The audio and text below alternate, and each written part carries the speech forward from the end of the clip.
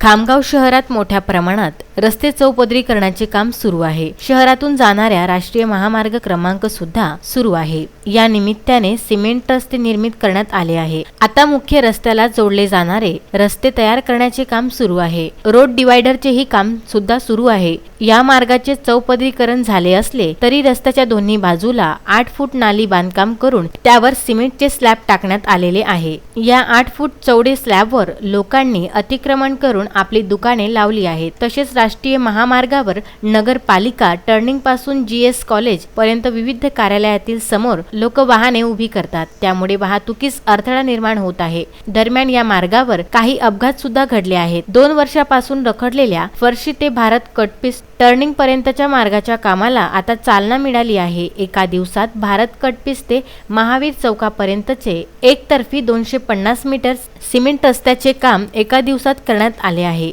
या कामामुळे फरशी ते भारत कटपीस पर्यंतच्या दुकानदारांना दिलासा मिळाला आहे, म्हणून ते आता आनंद व्यक्त करीत आहे, शासनाचे आभार व्यक्त करीत आहेत।